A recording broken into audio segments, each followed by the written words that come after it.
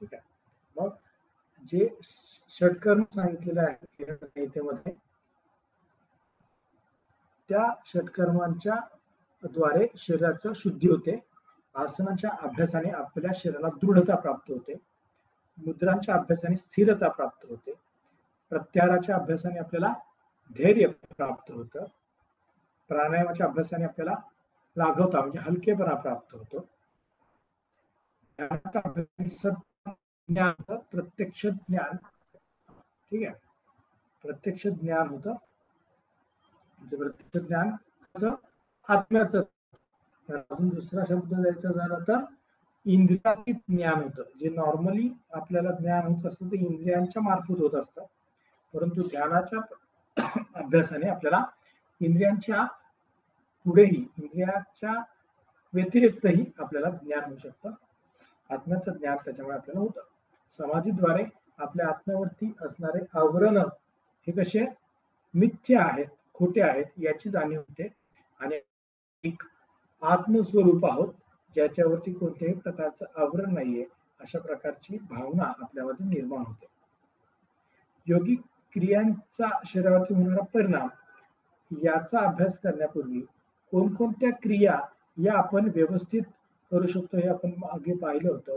शुद्धी क्रिया, योगासन, प्राणायाम, मुद्राबंध, प्रत्याहार, ध्यान, ओंकार साधना या सर्वांचा आपल्या शरीरावरती नक्की काय परिणाम होतो की ज्यामुळे आपल्याला आरोग्य होतोच, पण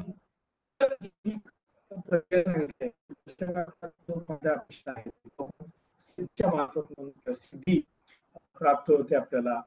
आरोग्य प्राप्ती हा योगशास्त्राचा हेतू सर नाहीये. आवाज येत नाहीये सर, नीट येत नाही, मध्ये ब्रेक होतोय असं, म्हणजे सर्वांनाच तसं होतंय मला वाटतं. आवाज ब्रेकच होतोय. हा, सर्वांनाच तसं होतंय ना? हो हो. Yes sir.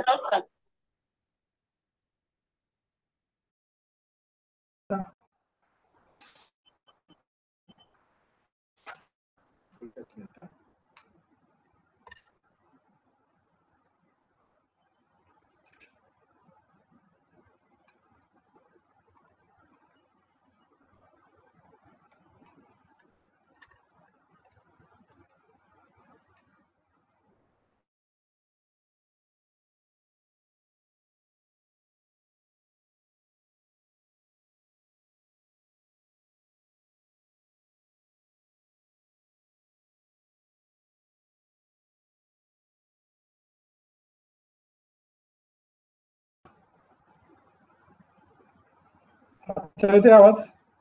पहा, हा येतोय सर आता आवाज. येतोय ना? मध्ये मध्ये ब्रेक होत होता. Yes sir. बरं, ठीक आहे. कदाचित ते नेटवर्क कनेक्शनच्या हो. अडचणी होत्या. ठीक आहे. पण पाहूयात. ठीक आहे. स्क्रीन दिसत होती ना मगाशी? आता नाही दिसत. सर स्क्रीन दिसत होती.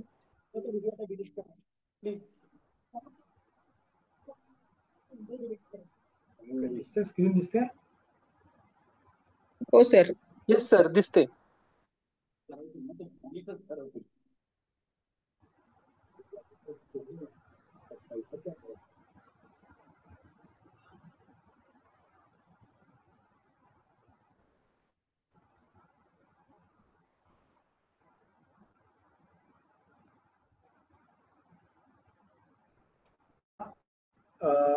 योग साधनेमध्ये या सर्व क्रियांचा आपल्या शरीरावरती होणारा परिणाम आपला अभ्यासाचा आहे.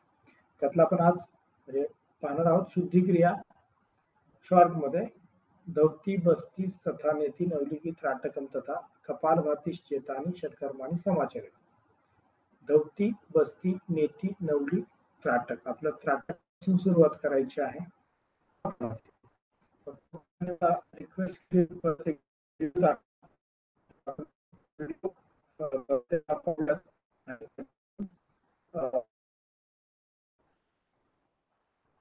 शॉर्ट मध्ये मी ते सगळं एक्सप्लेन करतो परत एकदा. सर आवाज नाही येत. आवाज परत परत ब्रेक होतोय sir.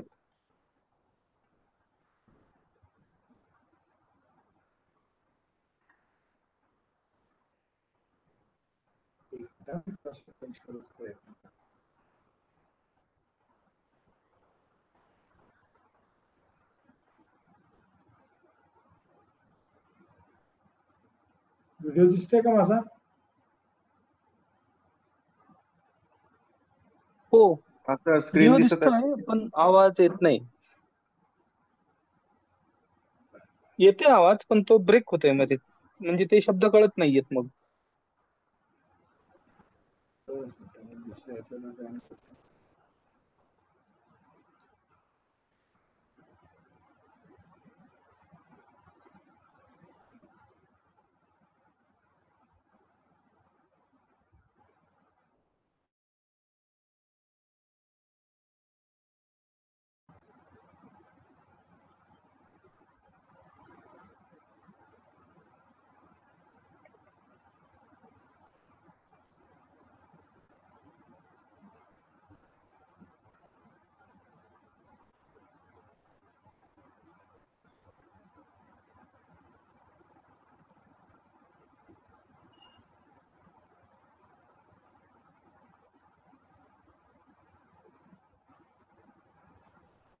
Recording in progress. Recording in progress. Recording in progress. Recording in progress. Recording in progress.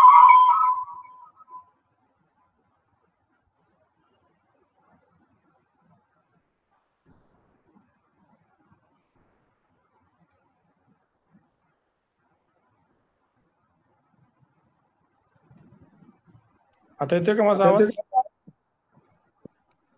Yes sir, hello, येतोय आता ना? येतोय आवाज सर.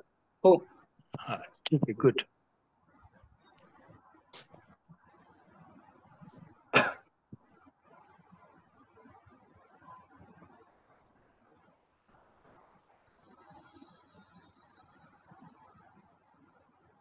स्क्रीन शेअर करतो.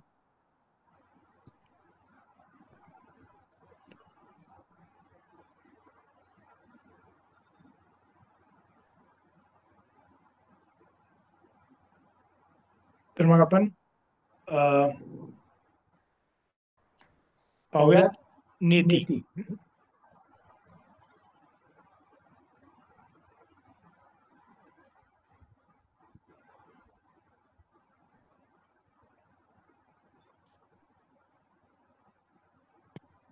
इथे आपण पाहतोय जलनेतीचा व्हिडिओ. इको येतोय सर. इको येतोय ना?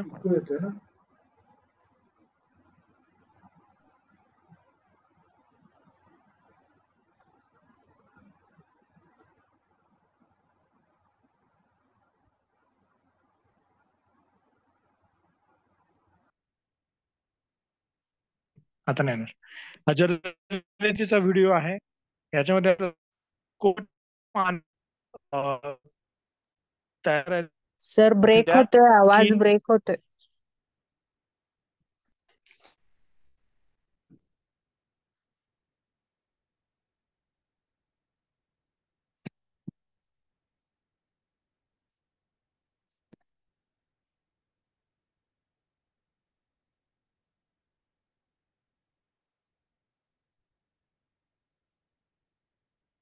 आपलं जे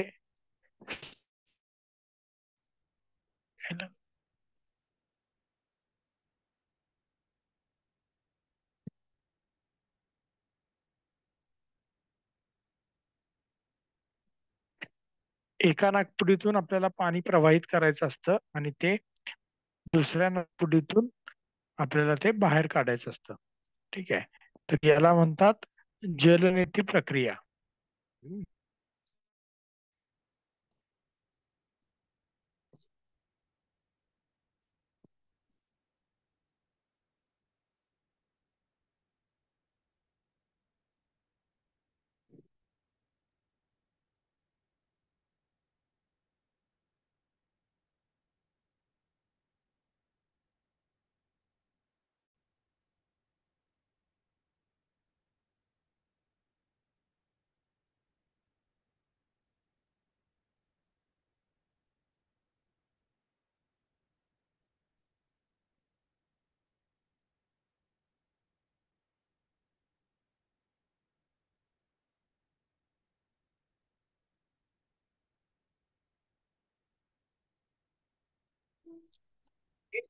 पुन्हा दुसऱ्या नागपूरला पोहोचवायच्या. म्हणजे मागच्या वरच्या जसे मायग्रेन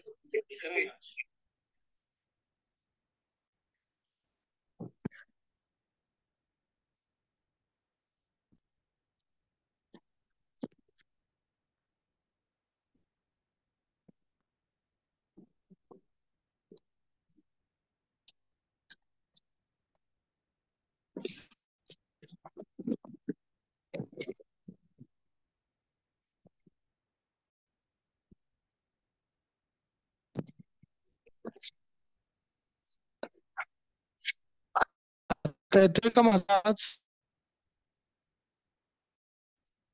हॅलो. नाही सर सर, पण तो ब्रेक आवाजच येत होतोय. नाहीये. आता येतोय, पूर्ण ब्रेक होते मध्ये आधी. बरं, तुमचा खरा आवाज मला सर्वांचा व्यवस्थित येतोय. सगळ्यांनाच असं होतंय का? हो नाही नाही, हो येतोय येतोय हो आता. सर, ब्रेक तर होतोय आता आवाज तुमचा ब्रेक. आता येतोय सर व्यवस्थित. जो व्हिडिओ होता ना बरं तो पूर्णच ब्रेक होत होता. मध्येच ब्रेक होतोय सर पण. Hello sir. बरं बरं, ठीक आहे, पाहतो. कदाचित आता थोडंसं येतोय. पावसाळी हॅलो सर सर. आणि पावसाळी तुमचा आवाज एकदमच लाऊडनेस कमी आहे त्याचा. सर. बरं, हॅलो. ठीक आहे. Hello sir. हा हा, बोला. तुम्ही स्क्रीन शेअर केल्यानंतर आवाज येतो.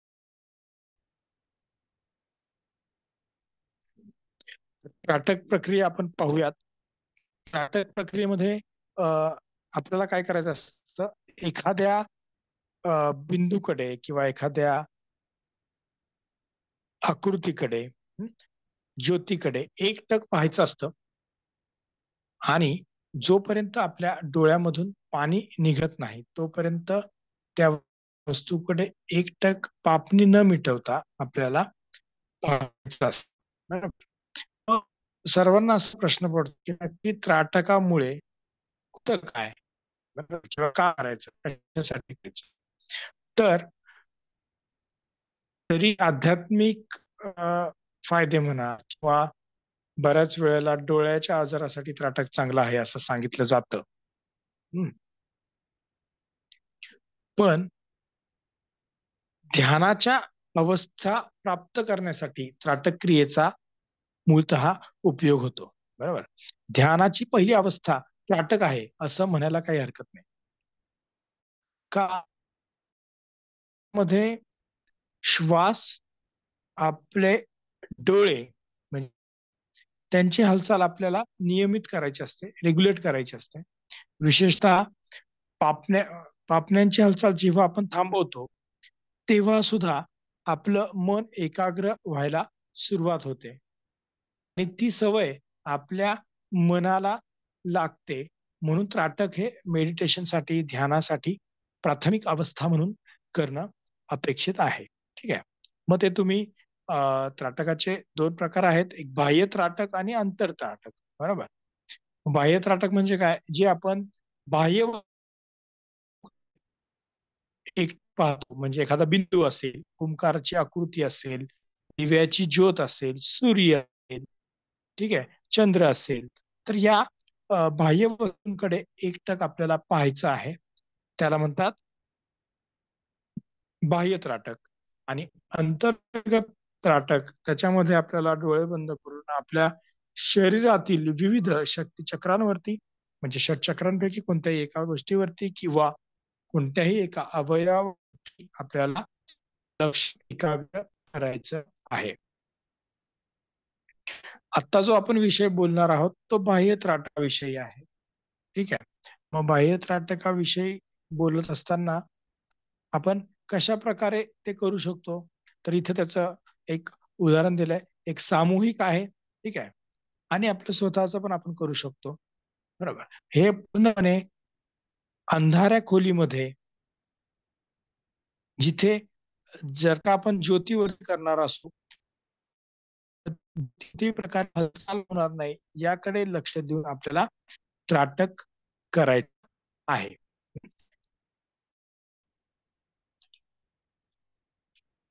ची व्याख्या काय दिली?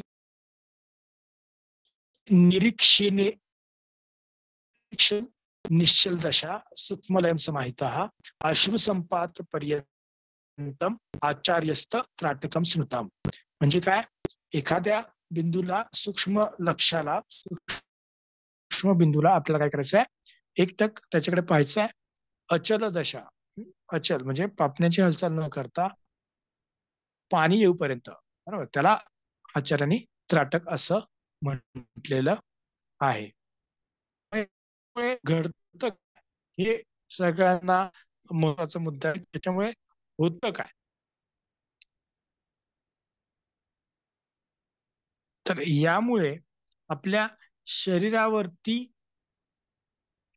पॅरासिम्पथॅटिक नर्वस सिस्टीम जी असते त्याचा डॉमिनन्स वाढतो. काय होतं, पॅरासिम्पथॅटिक नर्वस सिस्टीमचा डॉमिनन्स वाढतो. नॉर्मली आपल्या सर्व ऍक्टिव्ह मध्ये जिथे जिथे आपल्याला भाग घ्यायचा असतो त्या त्या सर्व ठिकाणी सिम्पथॅटिक नर्वस सिस्टीमचा डॉमिनन्स हा अधिक प्रमाणात असतो. परंतु त्राटक केल्यानंतर आपल्या शरीरामध्ये पॅरासिम्पथॅटिक नर्वस सिस्टीमचा डॉमिनन्स वाढतो आणि त्याच्यामुळे काय होतं, हार्ट रेट कमी होतो, रेस्पायरी रेट आपला कमी होतो, ब्लड प्रेशर कमी होतं, पेरिफेरल ब्लड सर्क्युलेशन जे असतं ते कमी होतं.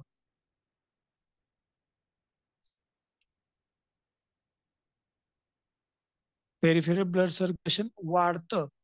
त्याच्यामुळे हार्ट रेट हा कमी होतो, ब्लड प्रेशर कमी होतं. कसं होतं ते कमी, तर नॉर्मलीच जी ऍक्टिव्हिटी, लक्षात घ्या, जी ऍक्टिव्हिटी आपल्याला एखादी क्रिया करण्यासाठी थांबवतो, म्हणजे आता समजा श्वास आपला कंटिन्यू चालू असतो पण त्याच्यावर नियंत्रण मिळवायचा प्रयत्न करतो. पापण्या या सुद्धा कशा असतात, सतत आपण त्याची उघडझाप करतो तर आपण त्याच्यावरती नियंत्रणाचा प्रयत्न करतो.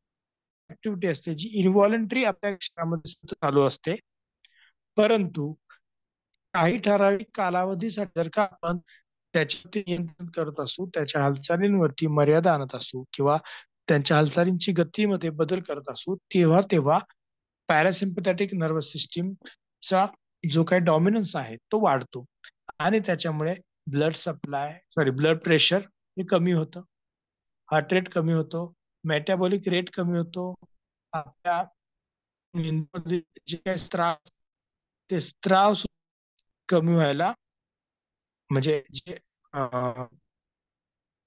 जे स्त्राव आपल्याला नकोसे असतात ते कमी व्हायला, जे अपेक्षित असतात, आपले मूड इलिव्हेटिंग हार्मोन्स असतात ते स्त्रवित व्हायला सुरुवात होत असते, बरोबर.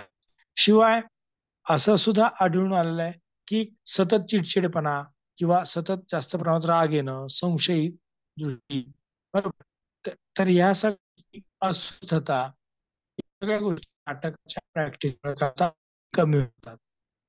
आपलं जे काही कॉन्सन्ट्रेशन आहे, आपली भावनिक स्थिरता आहे, तर ती पूर्ववत व्हायला काय होते, मदत होत असते.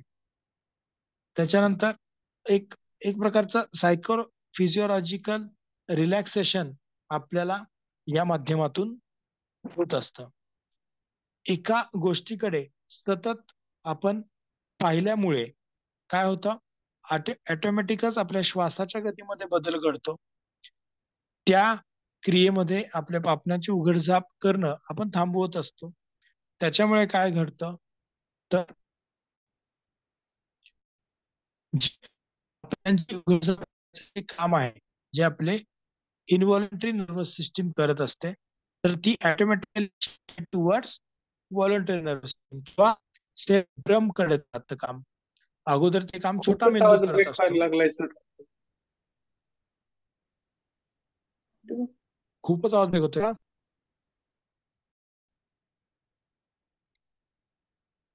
दोन मिनिटं. हो सर.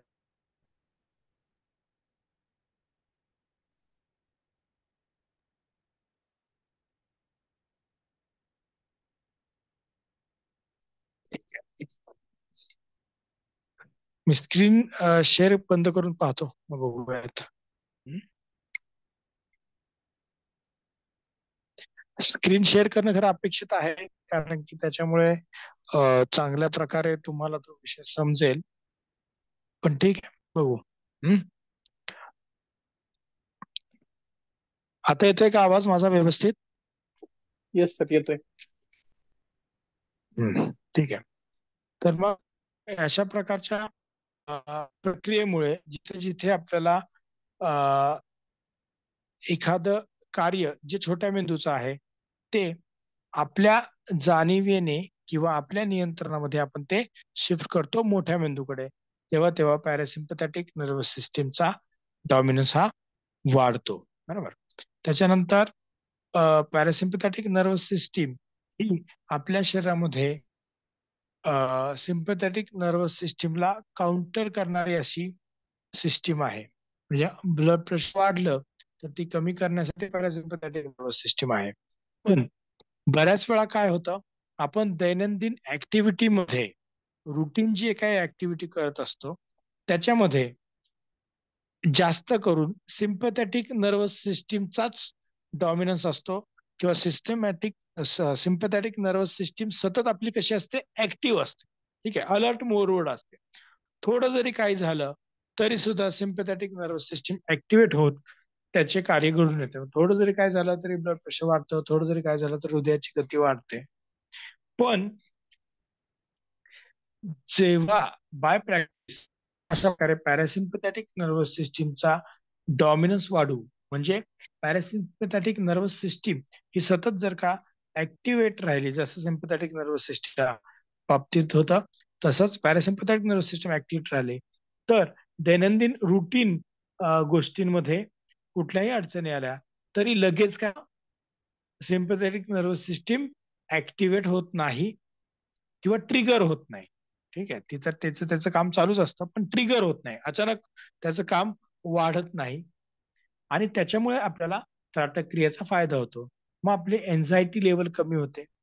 एन्झायटी मध्ये काय होतं, सततच्या विचारामुळे, सततचा जो विचार असतो त्या विचारांच्या अनुषंगाने, विशेषतः निगेटिव्ह थॉट्स असतील, निगेटिव्ह नकारात्मक विचार मनामध्ये असतील, नकारात्मक सिच्युएशन मध्ये आपण जर का असू, तर बऱ्याच वेळा काय होतं, ही अँझायटी वाढते आणि त्याच्यामुळे सिम्पथॅटिक नर्वस सिस्टीम ट्रिगर होते आणि मग आपल्याला अस्वस्थता जाणवू लागते. बरोबर.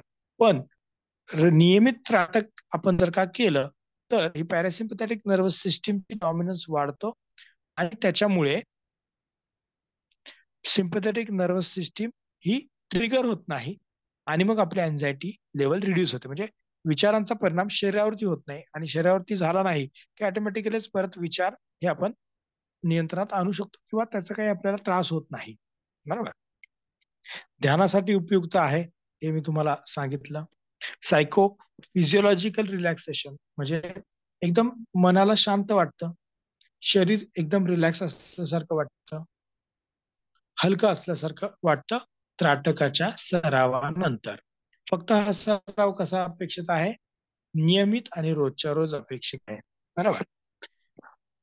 विशेषतः सांगायचं झालं तर गर्भिणी स्त्रियांमध्ये सुद्धा जर का आपण त्राटकाची प्रॅक्टिस करवली तर त्यांचं सुद्धा ब्लड प्रेशर कमी होण्यास मदत होते. विशेषतः ज्या गर्भिणी स्त्रियांना पायावरती सूज आहे, त्याच्यानंतर ब्लड प्रेशर त्यांचं हायर लेवलला राहतं किंवा इतर काही कॉम्प्लिकेशन होण्याची संभावना असते, तेव्हा तेव्हा त्राटक प्रक्रिया आपण त्यांना सजेस्ट करू शकतो. ठीक आहे, फक्त काळजीपूर्वक आणि वैद्यकीय सल्ला त्याच्यामध्ये अपेक्षित आहे हे लक्षात ठेवा. ठीक आहे. त्याच्यानंतर पुढची क्रिया आपल्याला पाहायची आहे, बरोबर, जी सगळ्यांना माहिती आहे. लक्षात ठेवा, योगाचे अभ्यासक म्हणून आपल्याला माहिती पाहिजे की कपालभाती काय आहे, शुद्धी क्रिया आहे. कपालभाती हा प्राणायाम नाही. ठीक आहे, हे लक्षात ठेवा. आणि मग कपालभातीमध्ये आपल्याला काय करायचंय, कपाल आणि भाती हे दोन शब्द वेगवेगळे आहेत. कपाल म्हणजे आपला कपाळ प्रदेश, भाती म्हणजे चमकणे. ठीक आहे, तर ज्या क्रियेमुळे आपल्या कपाळाला शाईन प्राप्त होते, बरोबर, चमकतं, ते त्याला कपालभाती असं म्हणतात. मग आता याचे वेगवेगळे अर्थ प्रत्येक जाणकार योग साधक किंवा योग तज्ञांनी काढलेले आहेत. त्यातला एक महत्वाचा चांगला भाग, तर त्याच्यामध्ये मोस्टली सांगायचं झालं तर आपला जो काही ब्रेनचा फ्रंटल लोब असतो, कपाळाच्या प्रदेशाच्या जवळ असतो, कपाळाच्या पाठीमागे जो भाग आहे ब्रेनचा, तर त्याला फ्रंटल लोब म्हणतात. तर कपालभाती प्रक्रिया जर का आपण नियमित चांगल्या प्रकारे केली तर हा जो फ्रंटल लोब आहे आपल्या ब्रेनचा तो ऍक्टिव्ह होतो. तिथे जे काही सेंटर्स आहेत आपल्या शरीरातील विविध कार्यांचे, तर होतात, स्टिम्युलेट होतात, चांगल्या प्रकारे त्यांचं कार्य सुद्धा म्हणून सुद्धा. ठीक आहे. कपालभाती करताना आपण ज्या पद्धतीने कपालभाती करतो रुटीन, त्याच्यामध्ये आपल्याला काय करायचं असतं, पोट आतमध्ये खेचायचं असतं आणि श्वास बाहेर सोडायचा. म्हणजे ऍक्टिव्हली एक्सेलेशन करायचं आहे आणि पॅसिव्हली इनहेलेशन करायचं आहे. ही सोपी प्रक्रिया कपालभातीची असते. मग याच्यामध्ये गती एका मध्ये 60 कपाल करायचे आहे आणि 2 मिनिटं करायचे आहे. ज्यांना सवय असेल त्यांनी हळूहळू याचा सराव वाढवायचा आहे. परंतु तरी सुद्धा सवय असते तरी सुद्धा एकदम अर्धा तास, 1 तास किंवा 15-20 मिनिटं कंटिन्यू कपालभाती करायची नाही, हे लक्षात ठेवा. ऍक्टिव्ह एक्झलेशन हे महत्वाचं. नॉर्मली आपण जेव्हा श्वास आत घेतो तेव्हा पोट बाहेर जात असतं, बरोबर, आणि श्वास बाहेर टाकतो तेव्हा पोट आतमध्ये जात असतं, बरोबर.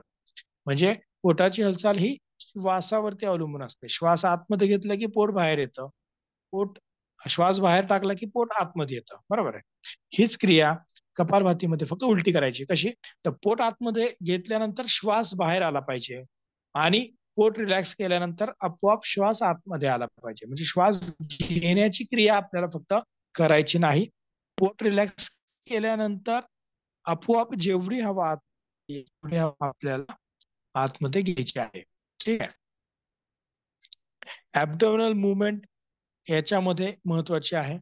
ऍब्डोमिनल मुवमेंटची रिदमिक हालचाल महत्वाची आहे. बऱ्याच वेळा कपालभाती करताना कशी करतात लोक, सुरुवातीचे 10 स्ट्रोक एकदम जोरात देतात, नंतर पुढचे 10 स्ट्रोक्स मध्ये त्यांना दम लागायला लागतो, मग ते त्याची गती बदलते. तर असं करायचं नाही.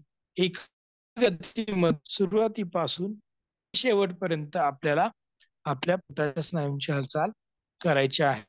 गतीमध्ये मात्र आपल्याला बदल करायचा नाही. ठीक आहे. ही झाली कसं करायचं, काय करायचं. मग जर का अशा प्रकारे आपण व्यवस्थित कपालभाती करत असू तर त्याच्याने काय होतं ते आपण पुढे बघूयात. हे मी जी तुम्हाला क्रिया सांगितली, 1 मिनिटामध्ये 60 वेळा कपालभाती करायची, त्याची जी प्रक्रिया आहे ती कशी आहे. प्राथमिक साधकाची आहे. 1 मिनिटामध्ये 60 वेळा पोटाच्या स्नायूंची हालचाल करायची आहे. पण जे चांगल्या प्रकारे कपालभाती करतात त्यांनी 1 मिनिटामध्ये 120 वेळा पोटाची हालचाल केली तरी चालेल, 120 वेळा श्वास घेतला तरी चालेल. मग फिजिओलॉजिकल इफेक्ट्स मध्ये आपण काय बघू शकतो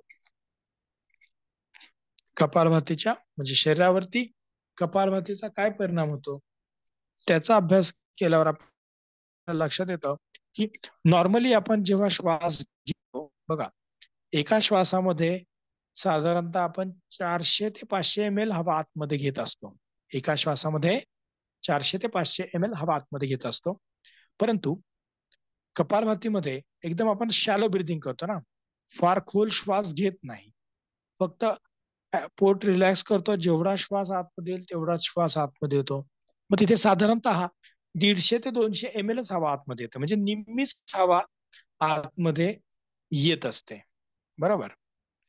आणि लक्षात घ्या, एका श्वासामध्ये नॉर्मली आपण 400 ml हवा आतमध्ये घेतो, कपालभातीमध्ये एका श्वासामध्ये आपण 200 ml हवा आतमध्ये घेतो साधारणतः, बरोबर. पण नॉर्मल श्वसन आपण किती करतो, 1 मिनिटामध्ये केवळ 17 ते 18 श्वास घेतो. 1 मिनिटामध्ये आपण 17 ते 18 श्वास घेतो किंवा 18 ते 20 श्वास घेतो, त्याच्यावरती आपण श्वास घेत नाही, बरोबर.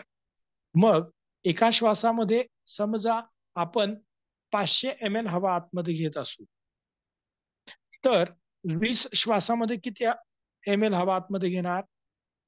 20 गुणिले 500 10,000 ml म्हणजे 10 लिटर हवा आतमध्ये घेतो आपण. बरोबर. पण तेच आपण उलट करूयात. समजा आपण कपालभातीमध्ये एका श्वासामध्ये 200 ml हवा आतमध्ये घेतो असं पकडू. किती? एका श्वासामध्ये 200 ml हवा आतमध्ये घेतोय. परंतु आपण कपालभातीमध्ये स्ट्रोक्स किती देतोय एक्सपर्ट्सला? एका मिनिटामध्ये 120 वेळा पोटाची हालचाल घेतो. म्हणजे 120 वेळा तुम्ही श्वास घेताय. मग 120 गुणिले 200 केलं तर किती होतं? 2400 लिटर. बरोबर. किंवा 24,000 लिटर म्हणजे 24 लिटर हवा आपण आतमध्ये घेतो जर का आपण चांगल्या प्रकारे कपालभाती केली तर. म्हणजे नॉर्मली आपण जेव्हा कपालभाती करतो तेव्हा फक्त 10 लिटरच हवा आतमध्ये घेतो आणि जेव्हा आपण कपालभाती करतो तेव्हा 1 मिनिटामध्ये आपण 20 ते 24 लिटर हवा आतमध्ये घेतो. साधारणतः 1.5 पट हवा आतमध्ये घेतो आणि त्याच्यामुळे नॉर्मल ऑक्सिजनचं कन्झम्पशन कपालभातीमुळे वाढतं. ठीक आहे, ते लक्षात ठेवा, हे महत्वाचं आहे. ऑक्सिजनचं कन्झम्पशन कपालभातीमध्ये वाढतं. एक्झलेशनमुळे कार्बन डायऑक्साईड सतत बाहेर पडत राहतो. ठीक आहे, आणि असं जेव्हा होतं की ऑक्सिजनचं कॉन्सन्ट्रेशन वाढतंय, कार्बन डायऑक्साईडचं प्रमाण कमी होत आहे, तेव्हा आपलं जे काही श्वसन केंद्र असतं, श्वसन केंद्र जे आपलं, ते श्वसन केंद्र काय होतं? काही कालावधीसाठी रिलॅक्स शांत होतं. त्या श्वसन केंद्र शांत झालेल्या त्या अवस्थेमध्ये आपलं मन एकाग्र व्हायला मदत होते. श्वासावरती श्वासाचं नियमन आपण अधिक चांगल्या प्रकारे करू शकतो. संशोधनामध्ये असं आढळलंय की कपालभाती केल्यानंतर ओंकार गुंजन, आपण नॉर्मली ओंकार गुंजनाचं क्षमता जी आहे किंवा कालावधी जो आहे तो कपालभाती केल्यानंतर आपण आपला वाढतो.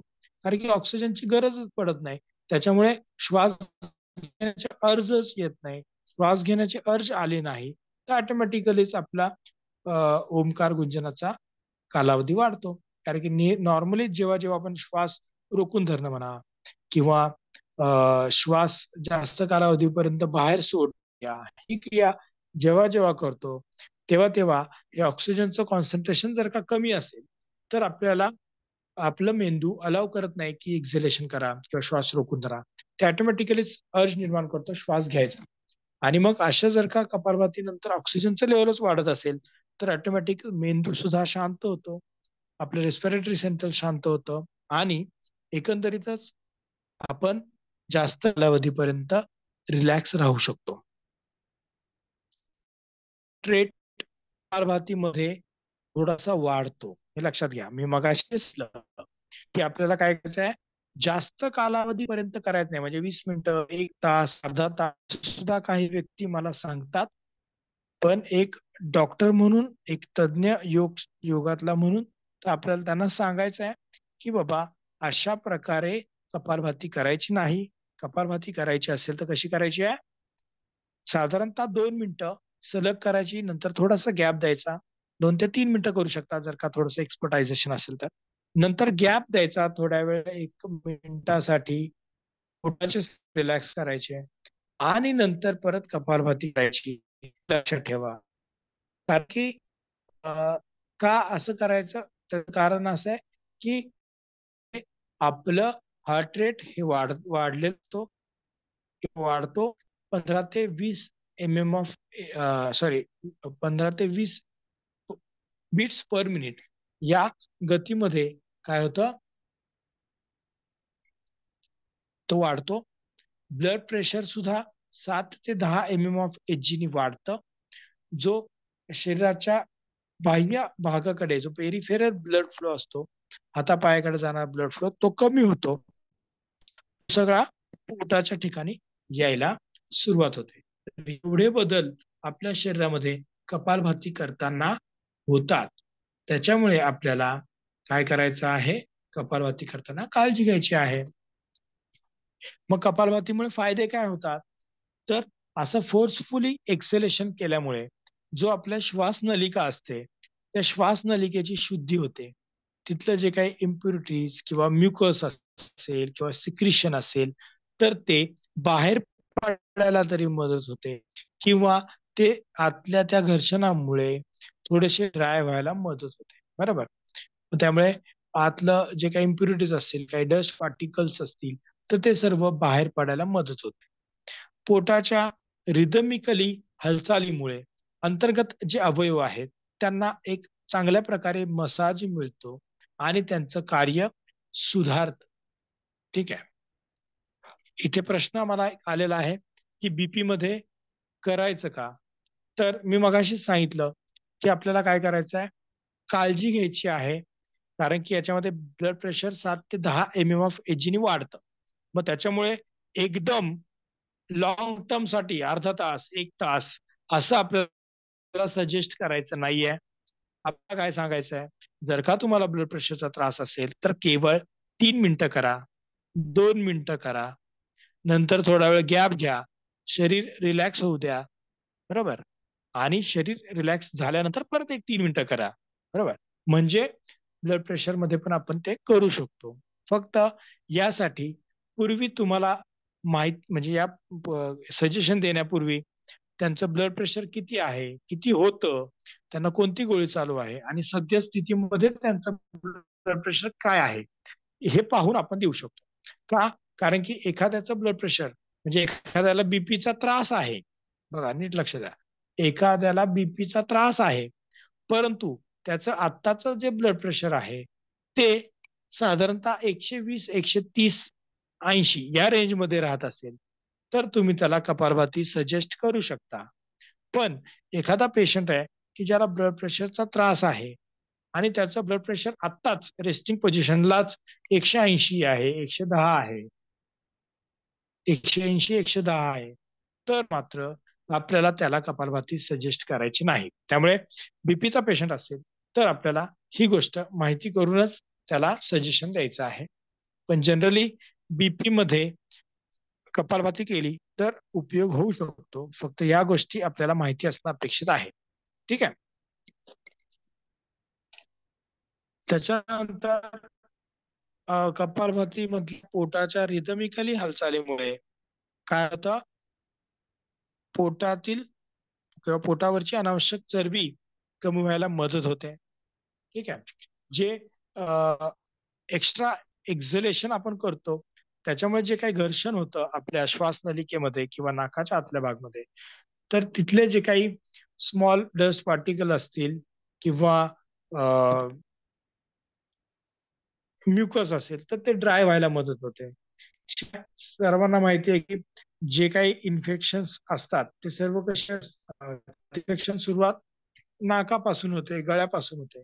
तर तिथे जर का मॉइश्चर कमी झालं ठीक आहे तर ऑटोमॅटिकलीच तिथं जे काही ऑर्गॅनिझम्स असतात त्याची ग्रो कमी प्रमाणात होणार. ठीक आहे. आलं लक्षात? कारण की जिथे जिथे पाणी असतं तिथे तिथे काय होतं?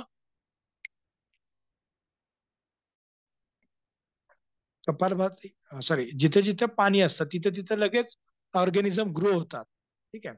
पण जिथे जिथे पाण्याचं प्रमाण कमी असतं किंवा ड्रायनेस असतो तिथे व्हायरसेस म्हणा किंवा ऑर्गॅनिझम वाढत नाही. बरोबर. त्याच्यामुळे आपल्याला काय करायचं आहे?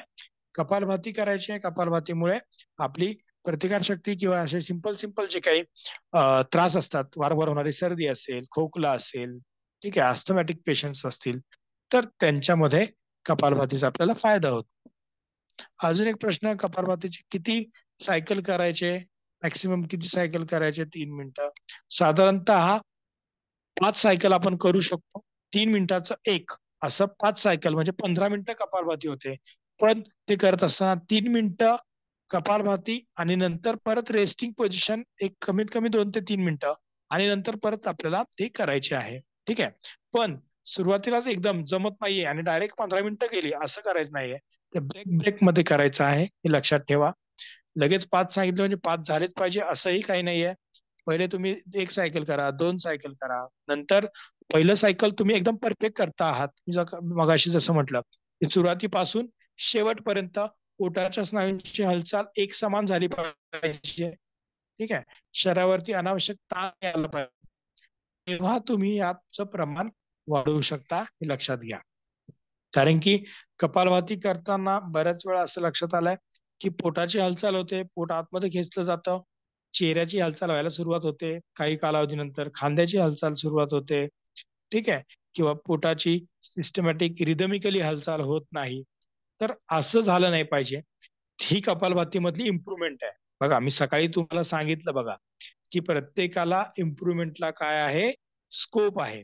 जसं आसनांच्या बाबतीमध्ये आहे, तसंच कपालभातीच्या मध्ये आहे, प्राणायामामध्ये आहे.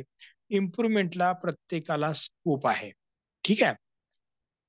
कपालभातीमध्ये सुद्धा सुरुवातीच्या अवस्थेमध्ये तुम्ही तुमच्या लक्षात येईल की 60 वेळा सुद्धा तुम्ही एक समान पोटाची हालचाल करू शकत नाही. प्रॅक्टिस नंतर 60 वेळा करू शकता, नंतर 120 वेळा करू शकता. असं हळूहळू ते वाढवायचं आहे. ठीक आहे. आणि हे का आपल्याला करायचं आहे किंवा हे का लक्षात घ्यायचं आहे आपल्याला, तर कपालभाती ही सर्वसामान्यांना सहज करता येण्यासारखी आपल्याला काही वेळेला कपालभाती ही सहज करता येण्यासारखी क्रिया आहे आणि सर्वांनी ती केली पाहिजे. ठीक आहे. कपालभातीनंतर घसा कोरडा पडतो का, असा मला एक प्रश्न विचारलाय. अर्थातच मी म्हंटल की ज्या कालावधीपर्यंत कपालभाती केली तर श्वास बाहेर सोडायची क्रिया ऍक्टिव्हली होत असते. त्याच्यामुळे अंतर्गत जे मॉइश्चर असेल किंवा डस्ट पार्टिकल असेल ते बाहेर येतात आणि त्याच्यामुळे घसा आपला कोरडा पडू शकतो. कधी कधी नाक आतमधून कोरडं पडलंय असं सुद्धा आपल्याला वाटू शकतं. पण त्यासाठी मी सांगितलं की कपालभाती अशी सलग जास्त वेळ करायची नाही, आपल्याला मध्ये मध्ये गॅप घ्यायचा आहे. हे कारण त्याचं आहे.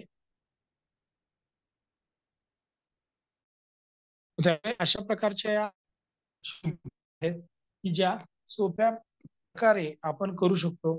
मग त्याच्यातली जलनेती प्रक्रिया आहे, सूत्रनेती प्रक्रिया आहे, त्याच्यानंतर कपालभाती आहे, अग्निसार आहे, नवली आहे, शंख प्रक्षालन आहे. तर या प्रक्रियांचा आपल्या शरीरावरती जो परिणाम होतो त्राटक आहे. तर हा म्हणजे नक्की शुद्धिक्रियांची प्रोसेस काय, आपल्या शरीरावरती काय तो परिणाम टाकत असेल, याचा जेव्हा आम्ही अभ्यास केला तेव्हा आमच्या असं लक्षात आलं की प्राणायामामध्ये काय सांगितलंय, प्राणायामामध्ये सांगितलंय की प्राणावरती नियंत्रण मिळवायचंय आपल्याला. काय करायचंय, प्राणावरती नियंत्रण मिळवायचं आहे. मग असं प्राणावरती नियंत्रण मिळवायचं असेल, जे काही प्राणशक्ती ही कशी सर्वात की जिच्याद्वारे आपल्या शरीराचं काय केलं जातं, नियंत्रण केलं जातं. अशा प्राणशक्तीवरती नियंत्रण करणं यापूर्वी आपल्या काही शरीरांतर्गत असणाऱ्या लहान वायूंवरती जर का नियंत्रण आपलं आलं तर आपण प्राणायाम चांगल्या प्रकारे करू शकू. बरोबर. म्हणून एक छोटासा अभ्यास त्याच्यावरती आमचा झाला, तो आम्ही याच्यामध्ये या चार्ट मध्ये टाकलाय, तुम्हाला कदाचित दिसत असेल. तर काय होतं, उपप्राण जे आहेत, 5 उपप्राण आहेत आणि 5 पंचप्राण आहेत की जे हे उपप्राण म्हणजे छोट्या प्रमाणातले आणि हा मध्यम आणि मोठे असा. तर नाग हा जो काही वायू आहे, नाग, कूर्म, कृकल, देवदत्त, धनंजय असे 5 वायू आहेत. तर शुद्धिक्रियांचा परिणाम यांच्यावरती काय होतो, तर गजकर्णी, वमनधवती, दंडधवती यांच्यामुळे या नागवायूवरती आपलं नियंत्रण येतं. त्राटक या क्रियेमुळे वायूवरती नियंत्रण येतं. सूत्रनेती, जलनेती त्याच्यामुळे कृकल वायूवरती नियंत्रण येतं. कपालभातीमध्ये देवदत्त या उपप्राणावरती नियंत्रण आपल्याला येतं. म्हणजेच काय, की प्राणायाम करण्यापूर्वी जर का आपण या शुद्धिक्रिया केल्या तर आपल्याला प्राणायाम सुद्धा चांगल्या प्रकारे येऊ शकतो. त्यामुळेच काय सांगितलेलं आहे ग्रंथकारांनी, प्राणायाम करण्यापूर्वी आपल्याला शुद्धिक्रिया करायच्या आहेत, बरोबर, किंवा नाडी शोधन करणं अपेक्षित आहे. मग ज्यांच्यामध्ये मेद आणि श्लेष्मा अधिक आहे, बरोबर, जे जाड आहे, ज्यांचं वजन जास्त आहे, कफ जास्त आहे, त्यांनी काय करायचं, शुद्धिक्रिया करायच्या आहेत. गेरंड संहितेमध्ये तर सांगितलंय सगळ्यांनीच शुद्धिक्रिया करायच्या आहेत, बरोबर. हठयोग प्रदीपिकेमध्ये सांगितलंय ज्यांच्यामध्ये श्लेष्मा आणि मेद अधिक प्रमाणामध्ये आहेत त्यांनीच करायचं आहे. म्हणजे हे मतमतांतरे जरी असले तरी त्याचं कारण मीमांसा मात्र एकच आहे की प्राणायामापूर्वी आपलं शरीर त्याच्यासाठी तयार झालं पाहिजे. जर का आपण त्याच्यासाठी शरीर तयार न करता प्राणायामाचा अभ्यास केला तर त्याचा आपल्याला अपेक्षित फायदा होणार नाही. ठीक आहे. अर्थात हे सर्व सिद्धीच्या दृष्टिकोनातून अभ्यास आहे, पण जेव्हा जेव्हा आपण मन कंट्रोल करणं, शरीर नियंत्रित करणं या गोष्टींचा अभ्यास करतो तेव्हा तेव्हा केवळ हातापायांवरती नियंत्रण येऊन उपयोग नाही, तर शरीरातील अंतर्गत अवयवांवरती सुद्धा नियंत्रण येणं महत्वाचं आहे किंवा गरजेचं आहे. ठीक आहे.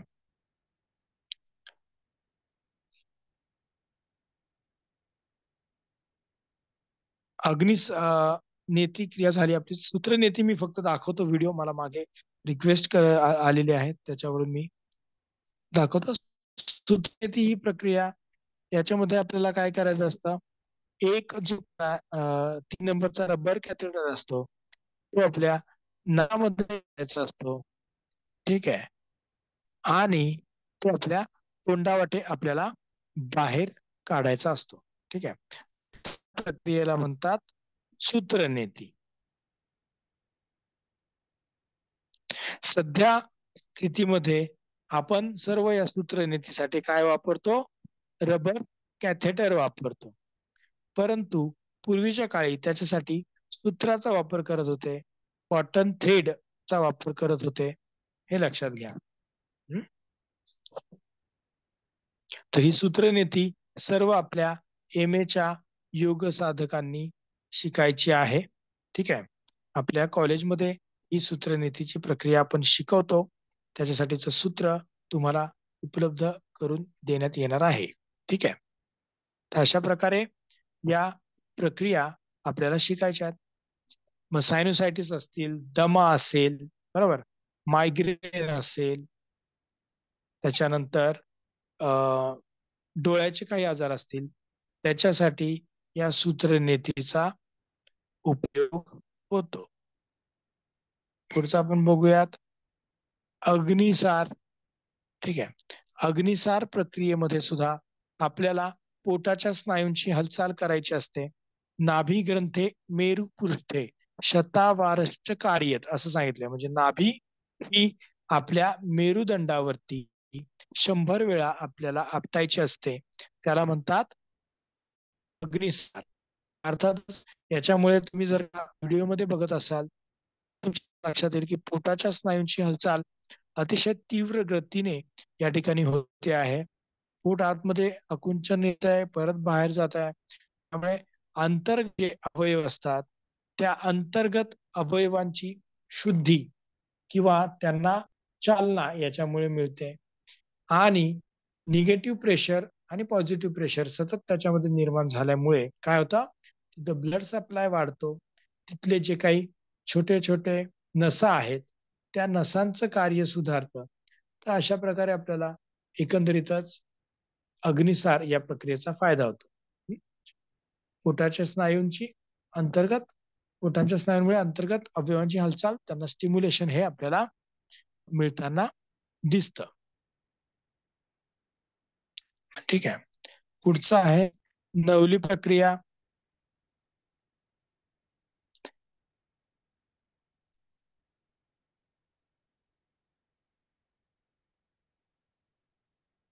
नवली प्रक्रियेमध्ये काय होतं, आपल्याला पोटाचे जे स्नायू आहेत त्या पोटाच्या स्नायूंची विशिष्ट पद्धतीने हालचाल करायची असते, बरोबर.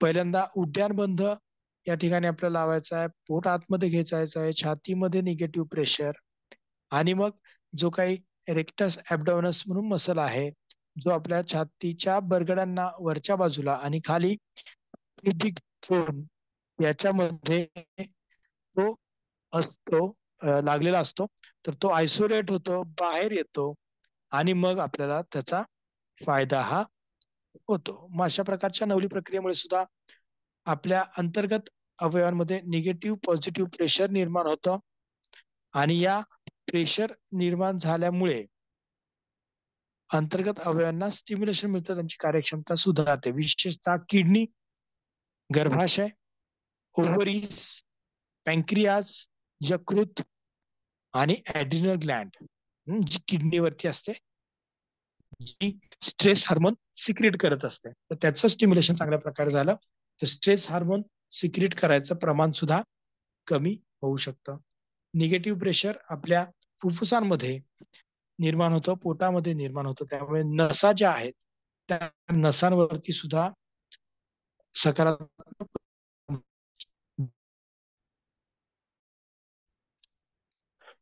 दंडधवती.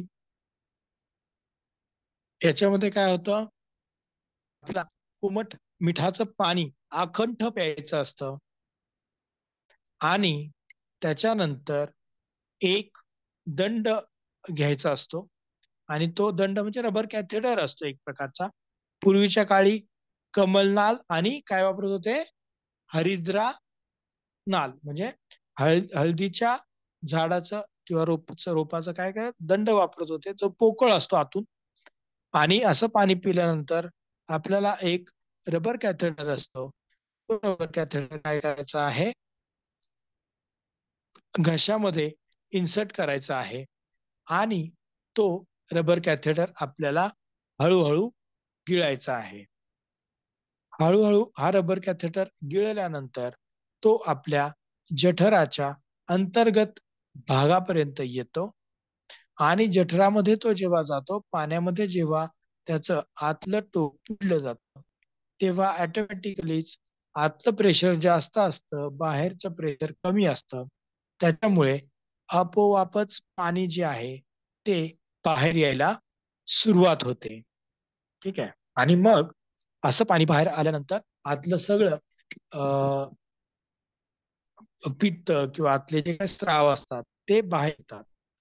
अग्निवर्धन याच्यामुळे होतं की पचनक्रिया आपली सुधारते. हायपर ऍसिडिटीचा जर काही त्रास असेल तर तो कमी व्हायला मदत या दंडधवती या प्रक्रियेमुळे होत असते. मागे मी सांगितलं होतं की दंडधवती या प्रक्रियेमुळे आपल्या श्वासनलिकेमधले असलेले जे सिक्रेशन्स असतात ते मेकॅनिकल स्टिम्युलेशनद्वारे काय होतात, लिक्विफाय होतात आणि बाहेर यायला मदत होते. त्यामुळे अस्थमॅटिक पेशंटमध्ये याचा फायदा होतो. इथे तुम्ही बघू शकता की पाणी बाहेर यायला सुरुवात झालेली आहे, आणि ते पाणी आता संपलंय. मग पाणी बाहेर यायचं थांबलं की हळूहळू आपल्याला दंड बाहेर काढायचा आहे. अशा प्रकारे ही प्रक्रिया आहे की जी आपल्याला काय करते, शरीराच्या जठरापर्यंतच्या भागाचं काय करते, शोधन करायला मदत करत असते. ठीक आहे. कपालभाती ही प्रक्रिया आपण बघितली. कपालभाती कशा प्रकारे करतात,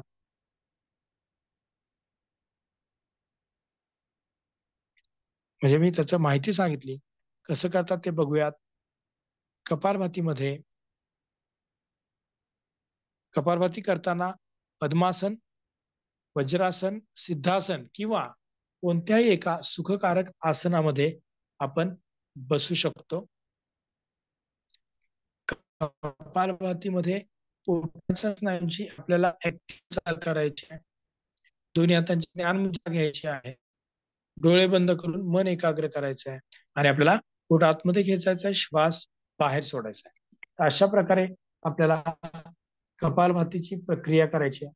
मग इथं तुम्ही बघाल तर सुरुवातीपासून शेवटपर्यंत फक्त पोटाच्या स्नायूंची हालचाल एक समान एका लयामध्ये होते आहे. तर ही लय महत्वाची आहे, आणि ती लय कंटिन्यू आपल्याला ठेवायची आहे. मी मगाशी सांगितलं या गतीमध्ये तुम्ही करताय, मग पहिले 20 स्ट्रोक चांगले देत आहे, नंतरचे 20 स्ट्रोक चुकीचे देत आहे किंवा त्याच्यामध्ये बदल करताय, तर ते आपल्याला अपेक्षित नाहीये. पूर्ण डोळे बंद, दोन्ही खांदे रिलॅक्स, मान सरळ. बऱ्याच वेळा लॉंग ड्युरेशन मध्ये कपालभाती करताना या पोटाच्या स्नायूंची हालचाल चुकीच्या पद्धतीने होते आणि मग त्यामुळे आपल्याला उलट पोट दुखणे किंवा त्रास होणे, श्वासाचा काही त्रास होणे, आपल्या डायफ्रामला थोडस जड जाणे, उचकी लागणे, अशा प्रकारचे त्रास होतात. तर ते होऊ नये म्हणून या गतीकडे लक्ष द्यायचं आहे आणि लयाकडे लक्ष द्यायचं आहे. त्याच गतीमध्ये जास्त कालावधीपर्यंत करायचा प्रयत्न करायचा आणि ते मग हळूहळू आपल्याला वाढवायचं आहे, एकदम वाढवायचं नाही. बरोबर. मग 1 मिनिटं 2 मिनिटं केलं, थांबायचं, परत 2 मिनिटं करायचं, थांबायचं, काही हरकत नाही. पण सलग मात्र जास्त कालावधीपर्यंत करायचं नाही. त्याचं कारण मी तुम्हाला सांगितलं की हार्ट रेट सुद्धा आपला वाढत असतो, ब्लड प्रेशर सुद्धा त्याच्यामध्ये काही प्रमाणात वाढतं. पण कपालभाती ही अतिशय सुलभ, चांगली, सोपी प्रक्रिया आहे. अंतर्गत अवयवांचं कार्य आणि फुफ्फुसांची कार्यक्षमता सुधारण्यासाठी, हृदयाची कार्यक्षमता सुधारण्यासाठी या क्रियेचा आपल्याला उपयोग होणार आहे. ठीक आहे. कपालभाती प्रक्रिया घेरंड संहितेमध्ये जी कपालभाती सांगितली आहे ती कशी सांगितली आहे? डाव्या नाकपुडीने श्वास घ्यायचा, उजवीने सोडायचा आहे, उजवीने घ्यायचा आणि डावीने सोडायचा. म्हणजे अनुलोम विलोम प्राणायामाची जी प्रक्रिया आहे तीच प्रक्रिया कपालभातीमध्ये घेरंड संहितेमध्ये कपालभाती क्रिया करताना वातक्रम कपालभातीमध्ये सांगितलेले आहे. हे लक्षात घ्या. या सगळ्या गोष्टी एक योग साधक म्हणून आपल्याला माहिती पाहिजे की घेरंड संहितेनुसार कपालभाती कशी सांगितली आहे. तर 3 प्रकार सांगितले आहेत: वातक्रम, व्युत्क्रम, शीतक्रम.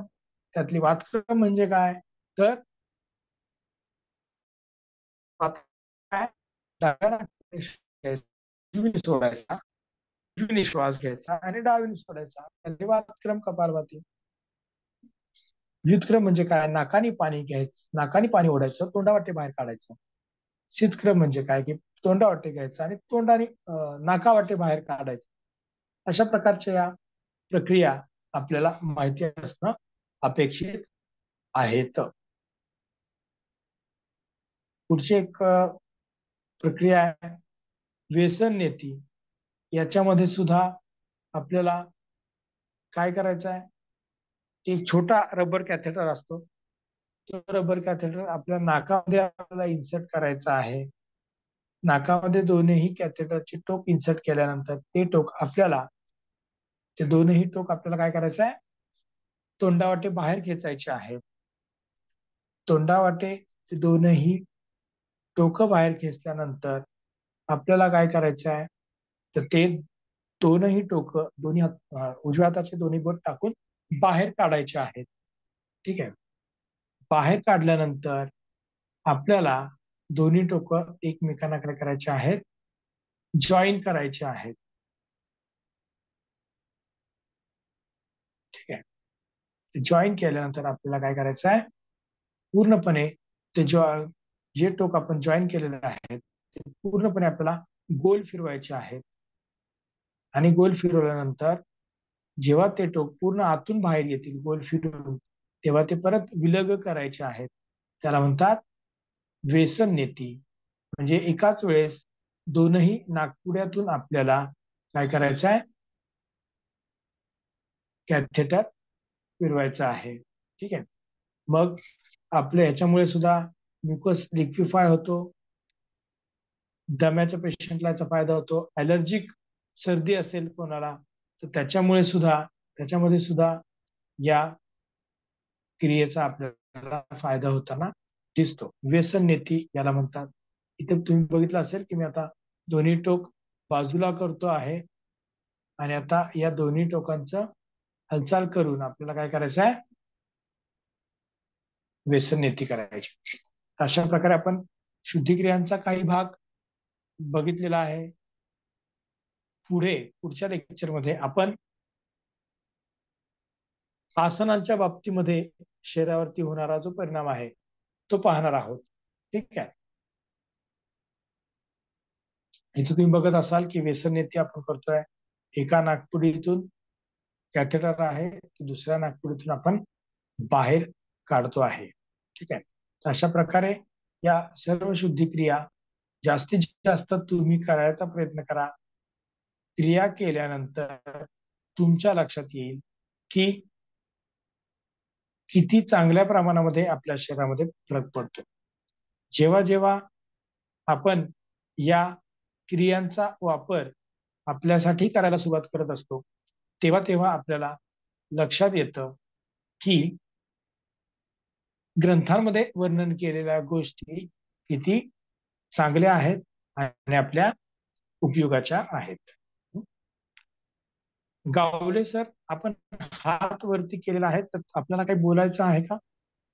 हा सर, धन्यवाद. मला एक असं आता विषय आहे निघाला म्हणून असं विचारायचं होतं की कपालभातीमध्ये आपण म्हणतो की 120 स्ट्रोक करावेत, हा, नाही का? परंतु बरोबर. ऑनलाईन जे सत्र झालं श्रीनिवासन सरांचं, बर बर. हा, तर त्याच्यात त्यांनी एक असं सुचवलं की 100 म्हणजे फास्ट फास्ट जर तुम्ही केलं स्पीड मध्ये पोटाच्या हा, हालचाली, हा, तर आपल्या शरीरामध्ये प्राणवायू ऍक्सेप्ट करायला आणि CO2 म्हणजे कार्बन डायऑक्साईड सोडायला तेवढी क्षमता होत नाही, असं एक त्यांनी मत प्रदर्शित केलं. बर बर तर त्याचं भांगड कशी घालायची असं? बरोबर. नाही, मी अगोदरच ते क्लिअर केलं की कपालभाती ही कशी करायची. बरेच जण कशी करतात, एकाच वेळेला सुरुवात करतात आणि मग डायरेक्ट 20 मिनिटं 30 मिनिटं करतात, 15 मिनिटं करतात, 20 मिनिटं करतात. तर तसं करायचं नाहीये. ठीक आहे. सुरुवातीला एका मिनिटामध्ये 60 वेळाच पोटाच्या स्नायूंची हालचाल करायची, हे मी सांगितलं. बरोबर. आणि ज्यांना ती एका मिनिटामध्ये 60 वेळा हालचाल व्यवस्थित करता येते, ठीक आहे, किंवा ते जास्त कालावधीपर्यंत एकाच लयामध्ये जर का ते हालचाल करू शकत असतील, तर त्यांनी मग नंतर ह्या कपालभातीचा गती ही काय करायची आहे, वाढवायची आहे. बरोबर. जर का तुम्ही पोटाची हालचाल व्यवस्थित करत नाहीये, बरोबर, आणि कपालभाती जास्त कालावधीपर्यंत करताय, तर अर्थातच जे मी आता गणित सांगितलं, CO2 किती येतो, सॉरी, आपली हवा किती घेतोय नॉर्मली, भातीमध्ये एवढी येते, नॉर्मली एवढी येणं अपेक्षित आहे किंवा एवढी येते, तर ते गणित सगळं बिघडतं. कारण की पोट तुम्ही चांगल्या प्रकारे त्याची लयबद्धता ठेवत नाही. बरोबर. आणि मग ही लयबद्धता न ठेवल्यामुळे या सरांनी जसं सांगितलं तसं CO2 आणि ऑक्सिजन यांच्या प्रमाणामध्ये व्यस्तता येऊ शकते. बरोबर आहे ते. पण नियमित आणि चांगल्या प्रकारे करत असेल तर मात्र आता मी जे सांगितलेलं कॅल्क्युलेशन आहे ते परफेक्ट लागू पडतं तिथे. बरोबर. त्याच्यामुळे ही काळजी घेऊनच करायचं आहे. म्हणजे याचा अर्थ सुरुवातीला स्लो करून मग गती वाढवावी असंच. हो, पण त्या गतीमध्ये सुद्धा हे लक्षात घ्यायचं की आता तुम्ही जर का एका मिनिटामध्ये 60 वेळा पोटाची हालचाल करता आहात, बरोबर, आणि ते 60 वेळा पोटाची हालचाल करताना तुम्ही जेवढी पोटाची हालचाल करता आहात, ठीक आहे, तेवढीच हालचाल तुमची 120 वेळा करताना पण झाली पाहिजे. येते लक्षात. म्हणजे असं नाही करायचं की तुम्हाला स्पीड वाढवायचा आहे म्हणून पोटाची हालचाल कमी करायची. येते का लक्षात? झाली पाहिजे याचा अर्थ. काय काय? फुल स्ट्रेंथनेच ती हालचाल झाली पाहिजे. म्हणजे बरोबर, तेच म्हणतोय की ती हालचाल फुल स्ट्रेंथनेच झाली पाहिजे. नाहीतर असं नाही झालं पाहिजे की गती वाढवतोय आणि ह्याची तुमच्या स्ट्रोकची ताकद कमी करताय.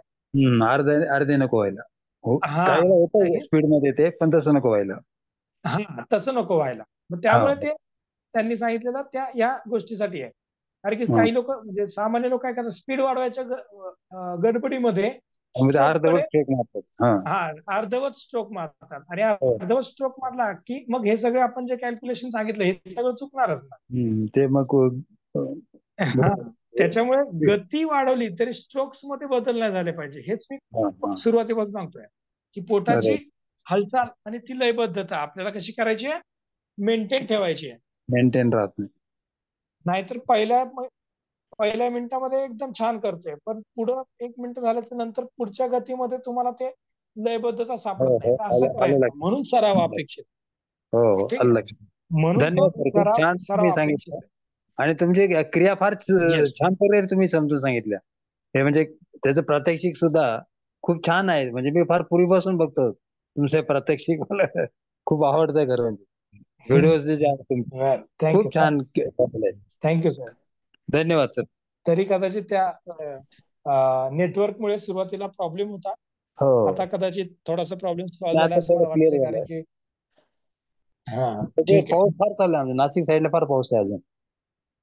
हो, हो. हा. कोणाला काही शंका आहे का? याच्या व्यतिरिक्त कोणाला शंका असेल तर ते विचारू शकतात.